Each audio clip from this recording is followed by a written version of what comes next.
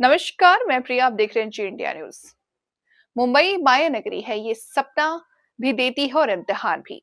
यहाँ हर रोज हजारों लोग उम्मीदों की गठरी लेकर आते हैं, लेकिन बहुत कम लोग इस मुकाम तक पहुंच पाते हैं जहां नाम, शोहरत और दौलत तीनों साथ चले। फिल्म इंडस्ट्री में किस्मत की भूमिका जितनी बड़ी होती है, उससे कहीं ज्यादा बड़ी भूमिका संघर्ष, धैर्य और खुद पर भरोसे की होती है। ऐसी कहानी है बॉलीवुड की डांसिंग क्वीन कही जाने वाली नोरा फतेही की, जिनका सफर 5,000 रुपए से शुरू होकर करोड़ों की कमाई तक पहुंचा है।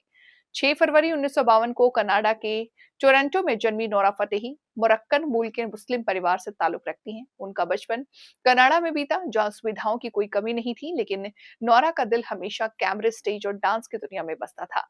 परिवार रूढ़िवादी था और डांस को करियर के तौर पर देखने के लिए तैयार नहीं था, लेकिन नोरा ने कम उम्र में ही ठान लिया था कि उन्हें अपनी पहचान खुद बनानी है। करीब 11 साल पहले जब नोरा भारत आई, तब उनके पास सिर्फ 5,000 रुपए थे। ना कोई गॉडफादर, न कोई मजबूत संपर्क और न ही हिंदी भाषा का ज्ञान। इसके बावजूद उन्होंने मुंबई जैसे महंगे और बेरहम शहर को अपना मैदान बना लिया। संघर्ष के शुरुआती दिनों में नोरा की जिंदगी बेहद कठिन थी। उन्होंने खुद इंटरव्यू में बताया कि वो मुंबई में एक 3 बीएचके फ्लैट में 9 से 10 लोगों के साथ रहती थी। एक ही कमरे में 2 और लड़कियां के साथ सोना, सिविल संसाधनों में गुजारा करना, रोज खुद से सवाल करना, मैं यहाँ क्यों आई? उन दिनों का हिस्सा था। कई बार हालात ऐसे भी हो जाते थे कि खाने के लिए पूरे पैसे नहीं होते थे। नौरा ने खुलासा किया कि वो कई दिनों तक सिर्फ एक रोटी और एक अंडा खाकर के दिन गुजारती थी। उस दौर में उनका ज्यादातर पैसा एजेंट्स और बिचौलियों के पास चला जाता था, जो काम दिलाने के नाम पर मोटा कमीशन काट लेते थे। नोरा फतेही के लिए सबसे बड़ा झटका ये था कि जितनी मेहनत वे करती थी, उसका फल उन्हें नहीं मिलता था। काम दिलाने वाले एजेंट्स उनकी फीस का बड़ा हिस्सा रख लेते थे और उन्हें बेहद कम रकम मिलती थी। कई बार ऐसा भी हुआ कि काम मिलने के बाद भी पेमेंट समय पर नहीं आया। हिंदी भाषा न आने की वजह से उन्हें ताने, मजाक और भद्दे कमेंट्स का सामना करना पड़ा। ऑडिशन के दौरान कई लोग उनके एक्सेंट पर हंसते थे। कई रातें रोते हुए बीती, लेकिन नोरा ने हार नहीं मानी। इसके अलावा रूप रंग को लेकर के भी उन्हें कई बार बुरे कमेंट्स मिले। नोरा फतेही की असली ताकत उनका डांस था। उन्होंने film road tigers of the Sundarban से बॉलीवुड डेब्यू किया, लेकिन पहचान धीरे-धीरे बनी।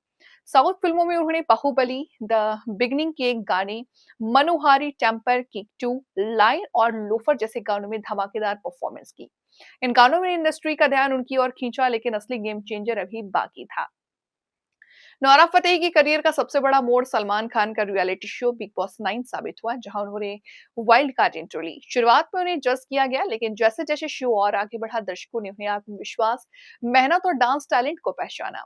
बिग बॉस ने नोरा को घर-घर तक पहुंचा दिया। यही वो मंच था जिसने सिर्फ विदेशी डांसर से आगे बढ़ाकर एक मजबूत एंटरटेनर के रूप में स्थापित किया। 2018 में रिलीज हुई फिल्म सत्यमेव जयते के गाने दिलबर दिलबर ने नोरा फतेही की किस्मत पलट दी। ये गाना न सिर्फ सुपरहिट हुआ, बल्कि नोरा रातों रात इंटरनेट सेशन बन गई। इसके बाद वो कमरिया, कुसु कुसु, गर्मी, एक तो कम जिंदगानी जैसे कई हिट सॉन्ग दिए।